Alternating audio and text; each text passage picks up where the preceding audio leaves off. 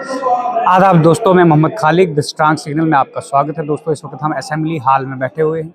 हमारे साथ एमएलए साहब बैठे हैं, फारूक अहमद शाह साहब। इनसे बातचीत करेंगे। आज बजट में जो डिस्कशन बजट पे हो रही है वो दूसरा दिन चल रहा है, और दूसरा दिन चलने के बाद आज जो कंट्रोवर्सी देखने को हमें मिली वो पीडीपी के एमएलए वहीदुर रहमान परा साहब कंट्रोवर्सी होने के बाद असेंबली में एडजर्न हुआ।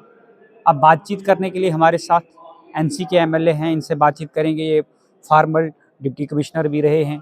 ये पब्लिक तक सारी वो चीज़ें पहुंचाएंगे कि क्या है बजट में और किस चीज़ पर कंट्रोवर्सी हो रही है। अस्सलाम वालेकुम। वालेकुम सलाम सर, स्वागत है आपका हमारे चैनल में। Thank you very much. Sir, हमें अंदर एक कंट्रोवर्सी मिली जिसमें सैस्की को लेकर कंट्रोवर्सी हुई, और वहाँ पे वहीदुर रहमान परे साहब का ये कहना है कि उमर अब्दुल्ला सरकार जम्मू कश्मीर को बेचने जा रही है। देखिए, जहाँ तक नहीं आ रहा है, बिकॉज मुझे लगता है कि उन्होंने पहले से किया है कि तनकीद बराई तनकीद, नॉट बराई तनकीद बराई तामीर। मैं ये ख्वाहिश रखता था कि अपोजिशन उन चीज़ों को अप्रिशिएट करेगी जो पॉजिटिव हैं। हाँ, यस, गवर्नमेंट के पास लिमिटेड रिसोर्सेज हैं। You can't do everything in one go. You have to, it is in a phased manner. हमारी चीफ साहब ने कोशिश की, डिस्पाइट लिमिटेड रिसोर्सेज, एक अच्छी बजट लाई, प्रो पीपल बजट लाई, गरीबों के लिए बहुत कुछ इसमें है। अब आपने बात की आज जो पीडीपी ने इस पर ये कहा कि सास्की के बारे में। What is SASCI? SASCI is special assistance to the states for capital investment. इसमें जो ये आफ्टर दिस कोविड इंट्रोड्यूस हो गई। बाकी जो स्टेट्स आज तक लेते रही, हमारे लोगों ने इसका फायदा नहीं उठाया। It was not extended to J and K and UTs. फिर इस साल उमर साहब ने कि हमें भी एक्सटेंड करो ये फैसिलिटी, ये स्कीम। इसमें जो है बूस्ट दिया जाएगा जहां आपको इंफ्रास्ट्रक्चर की जरूरत है, या आप में टूरिज्म में बहुत कुछ करने की जरूरत है, उसके लिए मदद करेगा, या पावर सेक्टर में या अदर सेक्टर्स जहां आपको इंफ्रास्ट्रक्चर की जरूरत है वहां ये बूस्ट देगा इंफ्रास्ट्रक्चर को। काफी मदद मिलेगी इंफ्रास्ट्रक्चर। लेकिन परे साहब सास की ये है कि ये 50 साल के लिए आपको लोन है विदाउट एनी इंटरेस्ट। अगर आप बाकी लोन लेते हैं, वर्ल्ड बैंक का लोन आपने लिया, पीडीपी के गवर्नमेंट में देखो आप कितना लिया, आप देखो बाकी लोन उन्हें कितने लिए। अगर ये इंटरेस्ट फ्री लोन है, उनका कहना ये है, कहाँ आपने फिर आप कहते हैं स्टेट को भेज दिया। मैं सॉरी इंटरप्शन। उनका कहना ये है कि जो शासकीय को अगर दिया जाएगा, गवर्नमेंट ऑफ इंडिया जितने भी प्रोजेक्ट यहाँ पे होंगे, कोई रोड होगा, कोई बिजली का प्रोजेक्ट होगा, या कोई भी ऐसी कंस्ट्रक्शन होगी, वो आउटसोर्स की जाएगी किसी उद्योगपति को। जिसके पास पैसा होगा वो उसमें पैसा इन्वेस्ट करेगा। उसके बाद जब यहाँ के लोगों की रोज़गार की बात आई कि इसमें यूथ को रोज़गार मिलेगा, लेकिन यूथ को वो थर्ड पार्टी पेरोल पे रोज़गार मिलेगा। आगे वो फिर ठेकेदार लगाएंगे, उन ठेकेदारों के बेस पे यहाँ के यूथ को नौकरियाँ मिलेंगी प्राइवेट सेक्टर में, यानी प्रोजेक्ट में। तो देखिए, जो एक बात है, और जो इन्वेस्टमेंट हुई होगी उसके बाद जो रेवेन्यू जनरेट होगा तो वो मुझे लगता है कि उस ऑनरेबल एमएलए साहब का सोच गलत है। वो गलत तरीके पर सोच रहे हैं। एक तो ये है कि अगर आप बात करें, अगर हम इंडस्ट्रियल सेक्टर की बात करें, परसों ये बजट में उमर साहब ने अपनी तकरीर में कहा कि जो भी यहाँ से इंस्टीट्यूट लेकर, मैं इंडस्ट्रीज की बात कर रहा हूँ, जो लोग बाहर से आएंगे यहाँ इंडस्ट्रीज लगाए, उनको मैंडेटरी है कि they have to take local youth, not as labours only in the supervisory category. उसका बाज़ाब्ता उसकी जो है तशहीर हो जाएगी कि कितना परसेंट उनको लेना है। इसी तरह से जब ये इंफ्रास्ट्रक्चर इससे बनेगा, आम लोगों को फायदा होगा ना। कहीं प्रोजेक्ट बनेगा उससे लोगों को फायदा नहीं होगा, उससे यहाँ के जम्मू कश्मीर के बाशिंदों को फायदा मिलेगा। जम्मू कश्मीर के हमारे, आप देखिए मिशन युवा में उमर साहब ने इसी साल लॉन्च किया। अब इनको प्रॉब्लम है, ये ठीक चीज़ें देखना नहीं चाहते हैं। उसमें काफ़ी लोगों को मदद मिलेगी, नौजवानों को इज्जत का रोज़गार मिलेगा। मैं अपनी कॉन्स्टिट्यूंसी में बात करूंगा, 550 उन्होंने अभी तक रजिस्टर किए हैं और आहिस्ता आहिस्ता कर रहे हैं इम्प्लीमेंट इसको। अपनी स्मॉल स्केल इंडस्ट्री रजिस्ट्रेशन हुई है या इशू हो गया लोन? नहीं, लोन जो है 150 का सैंक्शन भी हुआ है। मैं अपने कॉन्स्टिट्यूंसी की बात, जी जी। बाकी काफ़ी उन्होंने आज तक किए हैं बाकी कॉन्स्टिट्यूंसीज में।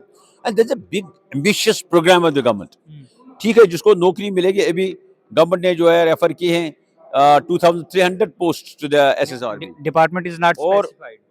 नहीं नहीं, 2300 आज आज ऐसा 2300 जी जी। और 7000 वैकेंसियां ऑलरेडी फिलअप की हैं। काफ़ी पोस्ट रेफर हो रहे हैं। अपोजिशन कह रही वो होम डिपार्टमेंट में कांस्टेबल की वो पोस्ट है, वो सरकार उसका श्रेय अपोजिशन ले रही। अपोजिशन की आप बात, अपोजिशन को कहना ही कहना। मुझे लगता था जब मैं इस ऐवान में आया कि लोग अब सरकार को मदद करेंगे लोगों के मामलात और मुश्किलात को दूर करने के लिए। अब ये मुझे लगता नहीं कि ऐसे स्टेटमेंट से ये चाहते हैं कि जम्मू कश्मीर की भलाई हो। अब ठीक है, इलेक्शन 2029 उस वक्त सियासत करें, फिलहाल गवर्नमेंट को भी अपना मदद करें, जो भी इनके सोर्सेज हैं, जो भी इनके कनेक्शंस हैं, अच्छा उसको सर, इस्तेमाल करें तारिक गवर्नमेंट की हमें मदद के लिए। ये सॉरी, तारिक आमिर साहब का भी आपने एक चीज़ अभी एडमिट की कि हमारे पास आया जो है इतना डेटा आपने आंकड़ा बताया हमें यहाँ पे, कहा कि ये जो जीडीपी है, जीडीपी दिखाने से गरीबी का पता नहीं चलता है, वो power purchasing per capita income के हिसाब से होता है। वो देखा जाए जम्मू कश्मीर के अंदर कितने लोग हैं, तो वो तो आपने बता ही दिया कि बिलो पावर्टी कितने मैंने हैं और कहा फिर आया आपको में कितना। AAY हाँ। सबसे नीचे जो कैटेगरी है, हम्म। तकरीबन गवर्नमेंट ने 2,31,000 फैमिलीज को आइडेंटिफाई किया है। मतलब हमारे पास है, हम पावर्टी में नो, हैं। दैट्स ऑलरेडी, वो तो डाटा है आपको। इसका CABT में डाटा है, हर एक चीज, हर एक का जो है डाटा है उसमें। लिहाजा इसमें जो है, जो गरीब तबके से लोग ताल्लुक रखते हैं, दे आर ऑलरेडी आइडेंटिफाइड।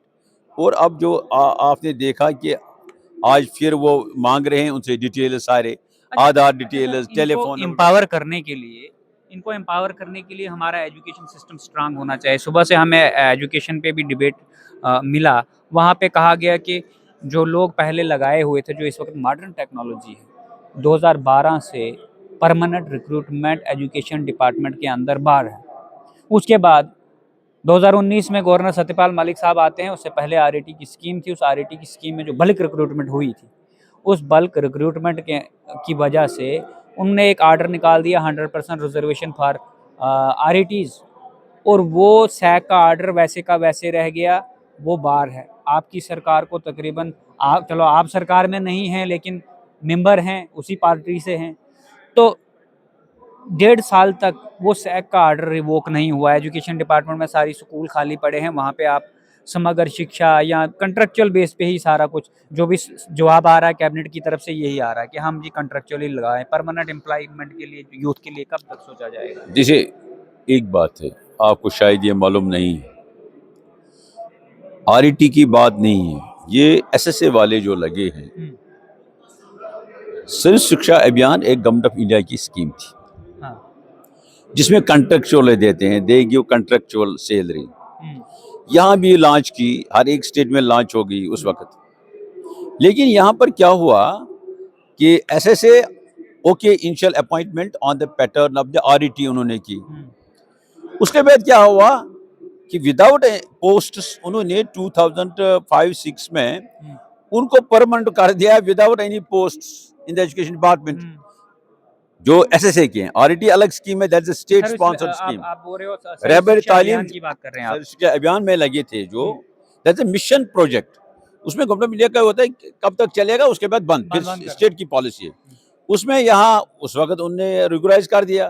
फिर जब बात आई इनको क्या करेंगे, बिकॉज डेफिसिट हो गया सैलरी में, 250 करोड़ का डेफिसिट था between the central funding and यहाँ स्टेट तब तक नहीं दे रही थी वो पैसा, बिकॉज वो सेंट्रल गवर्नमेंट को देना था, वो अपनी कंट्रेक्चुअल के हिसाब से दे। यहाँ जब आपने परमानेंट कर दिया, उनको डबल सैलरी हो गई, डेफिसिट हो गया। फिर स्टेट यहाँ उस वक्त गवर्नर रूल था, उस वक्त उनको करना पड़ा, फिर 38,000 वैकेंसीज को क्रिएट करना पड़ा। तो वरना उनका जो मुस्तकबल था वो खतरे में था। उनको कहाँ से बाकी ग्रेजुएटी मिलती, बाकी चीजें मिलती, रिटायरमेंट बेनिफिट्स नहीं मिलते। फिर तभी हो गया ये कि जब तक ये क्लियर हो जाएगा तब तक हम नए रिक्रूटमेंट नहीं करेंगे। लेकिन अब है जो भी लेकिन सर 19 में जब ये आर्डर हुआ, गवर्नमेंट का मिशन है कि स्कूल सफर नहीं करें। स्कूल खाली पड़े हुए, they are thinking on these issues, कैसे रैशनलाइज करें चीजों को, इसमें टाइम लगता है, देखिए इसमें रिसोर्स देखने की बात है। ऑर्डर रिवोक करने में क्या दिक्कत है? मैंने कहा ना गवर्नमेंट इस पर पूरी अगर अगर उसमें पूरी संजीदगी से गौर कर रही हम्म। है, तो लिहाजा उसमें जो है हम्म। जो भी कुछ करना होगा सरकार करेगी। शुक्रिया, थैंक यू, बस हो गया, लंबा हो गया यार मुझे सर अभी बहुत कुछ बाकी था।